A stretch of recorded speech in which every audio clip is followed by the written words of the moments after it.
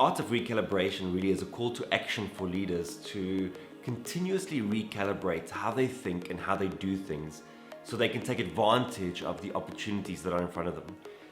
Art implying here that it's a process, that it's something to master over time.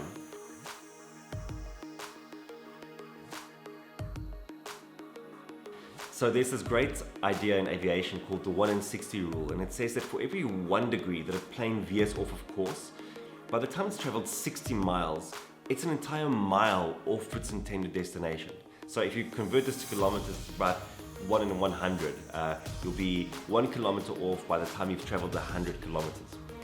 So what this tells us is that initially, when you veer off course, it's almost imperceptible. You don't even realize you've deviated from where you want to go. But over time, it becomes very apparent and you end up very far away from where you wanted to be. But of course, this wouldn't happen if you are continuously recalibrating and recorrecting, making sure that you are still on track to where you want to go. But the trick here is that very often what's happening is that it's not you that veer off of target, it's that you are perfectly where you want to go, you are heading in the right direction, and the environment changes. Something happens around you, a pandemic hits, and all of a sudden, everything changes.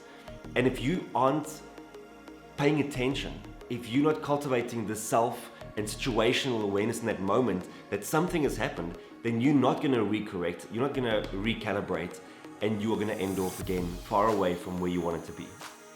And so really that is the call to action here, is pay attention.